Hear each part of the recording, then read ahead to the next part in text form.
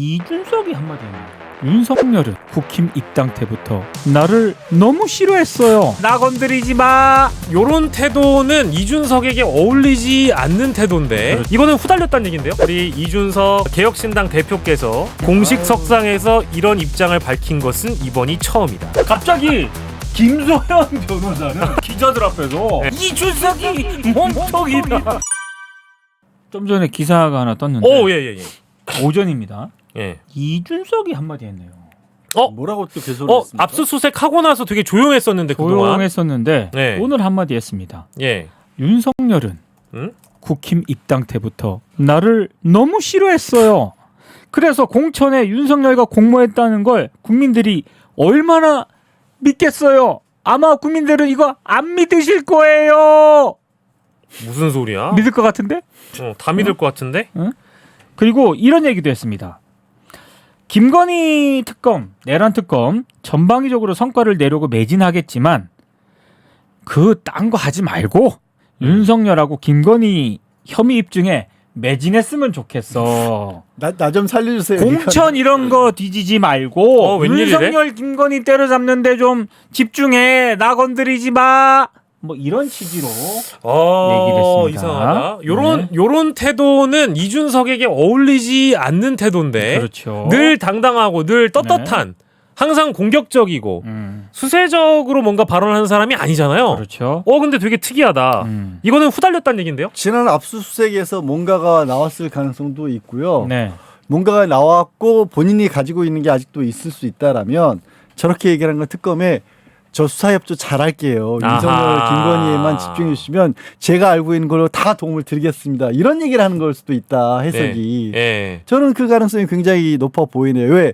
윤석열 처음부터 나 싫어했다라는 얘기를 하는 건 처음부터 어떤 일이 있었는지 제가 술술술 불어드릴게요. 라고 받아들여집니다. 그러니까 이게 아마 그렇지 않았을까요? 그러니까 8월 6일이 김건희의 소환이니까 이건 정해져 있는 거잖아요. 그렇죠. 그러면은 이 전에 사실은 그 김영선도 오늘 조사를 받는데 사실 하루쯤 나와가지고 1차적으로 이준석이 소환 조사를 조율이 가능하다면 나와서 받는 게 특검 입장에선 사실 김건희를 불러서 온다면 이준석을 먼저 부르고 그 다음에 김건희가 가는 게 맞잖아요. 순서상. 순서는 그렇죠. 그렇지 몰라. 근데 지금 월요일 최고위원 회의를 일단 지금 처음 한 걸로 알고 있고 오늘 한 게 처음일 거예요. 왜냐하면 지난번에 당대표 되고 나서 지금 처음이니까. 처음. 네.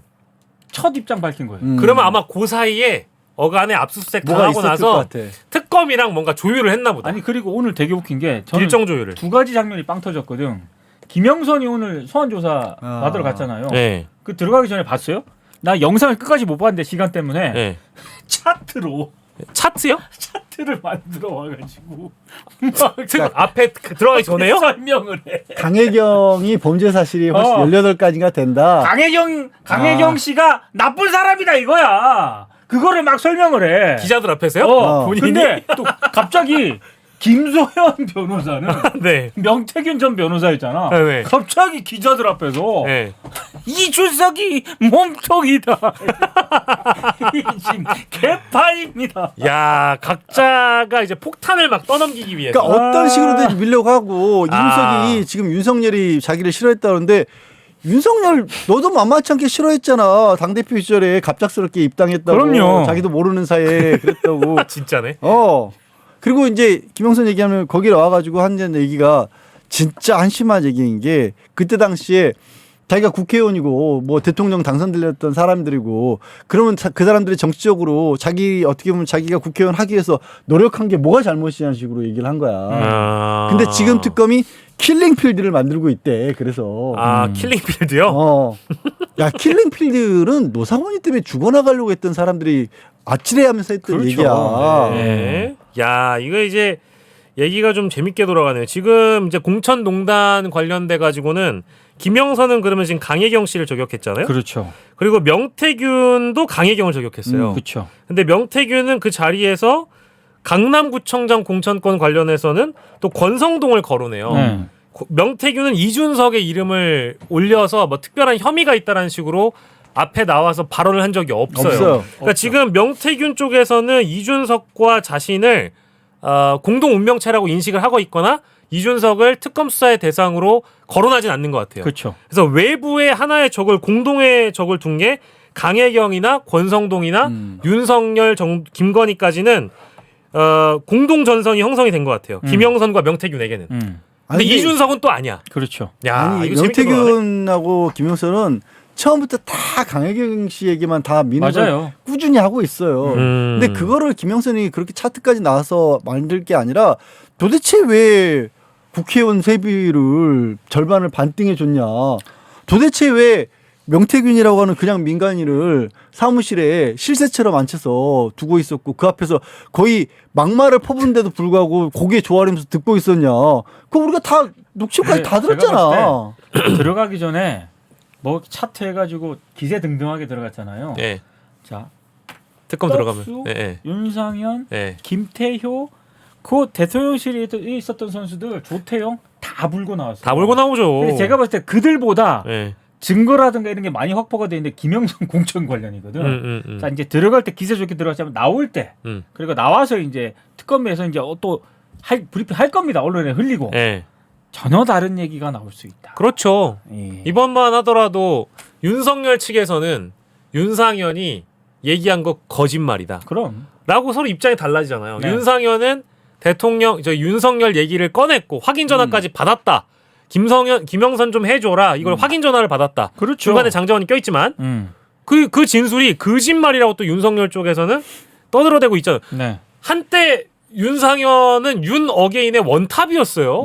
근데 이렇게 달라지잖아. 뻔하다니까요. 아니 저 재구속 되기 전까지 계속해서 제일 앞장서 가지고 탄핵 자체를 반대했고 구치소 앞에 제일 부지런히 드나들었던 게 윤상현인데 다 불어댈 겁니다. 이거 이제 다 줄줄이 나올 거고 이런 과정에 또 우리 이준석 개혁신당 대표께서 야 어떻게든 살아남아 보겠다고 발버둥을 치는구나 진짜. 공식 아유. 석상에서 이런 입장을 밝힌 것은 이번이 처음이다. 야, 요거 재밌게 돌아가네요. 예. 그리고 전방위적인 정치권 압박은 수사의 올바른 방향이 아니다. 이게 얼마나 자기 모순인가. 본인이 특검법에 찬성을 해놓고. 아니 무슨 전방위적인 정치권 압박이야. 정치권 압박을 못 들라고 있어. 저 본격적으로 국민의힘 분들 수사는 시작도 안 했어. 착각하지 마. 너 하나 압수수색한 거야 지금. 아니 여기서 전방위적인 그 정치권에 대한 어떤 그런 수사 있지 않습니까? 예. 국힘은 상관없어. 나는 건들지 마. 개혁신당 건들지 말아줘. 국힘까진 괜찮아. 나는 건들지 마. 그래가지고. 이런 의미가 좀 내포가 돼 있지 않나. 야, 근데 이제 이런 발언은 저도 이준석 제가 이제 신인규가 한 박사급. 저는 이제 이준석 학사급 정도는 되거든요. 야, 근데 이런 분위기와 기류 이런 느낌은 좀 처음이에요. 상당히 후달리고 있다라는 게 명백해지고 있다. 자. 김건희의 비화폰 이름은 무엇이었을까? 바로 영부인님이었습니다. 야. 그리고 이제 김건희가 가장 높은 등급의 이 접근 권한을 야. 갖고 있었다. 대통령, 그리고 경호실장, 부속실장, 이 정도 비서실장들 A 그룹에 속해 있는 상황이었는데 그 조직도상 모든 비화폰을 갖고 있는 모두에게 접근이 가능했던 영부인님이었다. 그렇죠. 역겹주. 나도 비아폰이 그렇게 하는 건지 몰랐어. 원래 유선일 때는 기계 자체가 좀 특수한 기계였다고 들었는데 네. 그냥 일반 휴대폰이랑 똑같은 기계였더만 기계는. 근데 그게 이제 특수 장치를 해가지고 일반 폰으로 쓸 때가 있고 그냥 어플을 통해서 비아폰으로 사용하면 또 다른 장치로 보안 앱을 통해서 들어가면은 그게 이제 비아폰으로 둔갑을 하는 거예요. 경호처가 이제 서버 관리를 하는 거고 그냥 앱을 통하지 않고 그 비아폰으로 일반 전화를 걸어버리면은 통신사의 통신 네. 기록이 남는 거예요.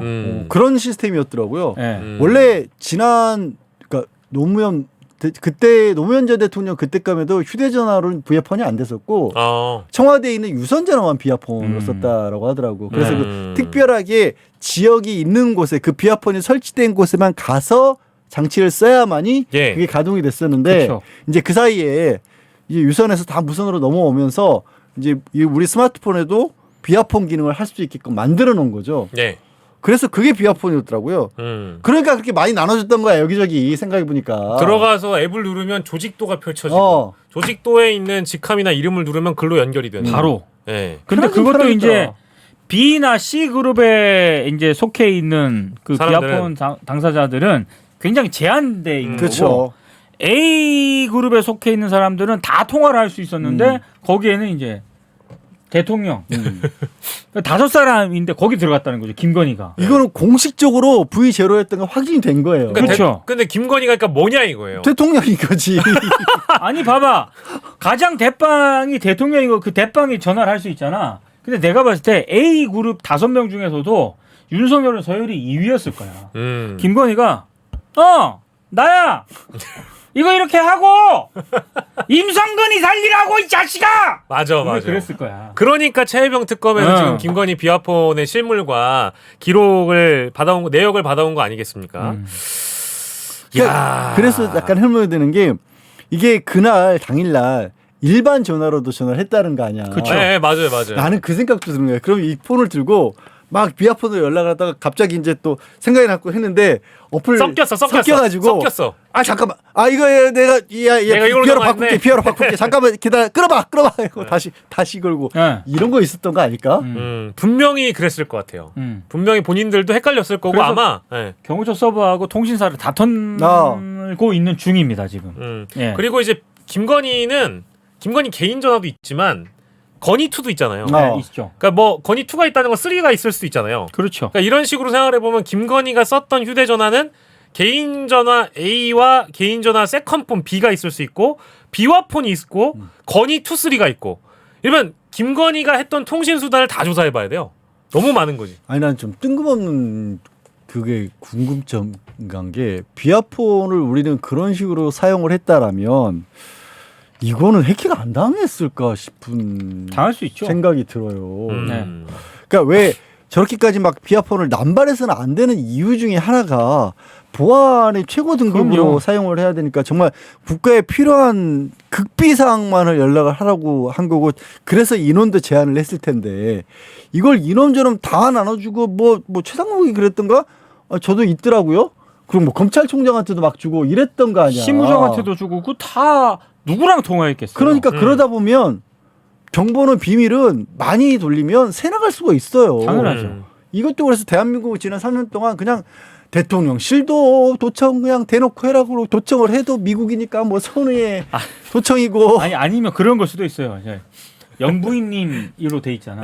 막 통화하다가 잠깐 일반 폰으로도 막 전화하다가 이제 유모 행정관이 이제 건진법사 건희2로 돼 있는 거 이렇게 들고 있는 거지. 왜냐면 자기가 이제 관저 때는 자기가 들고 있다가 바꿔주고 했을 거 아니야. 퇴근할 때는 이제 주고 가고. 그러니까 이렇게 했다가 저쪽에서 막 하고 있는데 이제 가가지고 건희2 전화 왔는데요. 해가지고 바꿔주고. 또 다른 비서관은 건희3, 건희4 해가지고 쭉 대기하고 있는 거지. 여기 전화 왔습니다. 개판이야 개판. 그리고 그런 것도 있지 않았을까요? 그 일반 스마트폰의 어플로 비화폰 서버 연결하는 거면 그 나이쯤 되면은 왜 약간 스피커폰으로 그냥 이렇게 전화하는 게 아니고 왜 어르신들 이거 많이 하잖아요. 그래 얘기해봐라 그래 임성근이 어떻게 됐다고 해가지고 스피커폰으로 통화하거나 해서 동네방네 다 소문났을 것 같아요. 그랬을 수도 있지. 보안 유지가 안 되는 거지 한마디로. 아니면 오늘 소설을 많이 쓴다 오늘. 여러 대가 있잖아. 다 스피커폰을 해놓고 각자 인사해. 화상회의. 야 이거 시간 단축해야 돼. 인사하고 일단 본론만 얘기해. 뭐 이럴 수도 있어요. 하나의 폰은 또 심지어 비화폰이고 어떤 건 또 개인 전화일 거 아니에요. 막 다 뒤섞이는 거지. 서로 막 내용이 뒤섞이고. 그걸 또 누군가 녹음하고. 나 누구랑 통화했다고. 비화폰 내용을 누가 개인 전화로 녹음하고 막 이러지 않았을까? 이런 내역들이 김건희 6일날 소환이잖아요. 김건희 소환되고 김건희 거기서 뭐 현장에서 긴급 체포되고 구속까지 이어지면 그 직후부터 나올 것 같아. 그렇죠. 그 직후부터 당연히 나오죠. 김건희가 잡혀 들어가야 이게 다 나와. 진짜 이게 공식적으로 김건희는 V0였다라는 게 이 비화폰의 등급으로 공식 판명이 났습니다.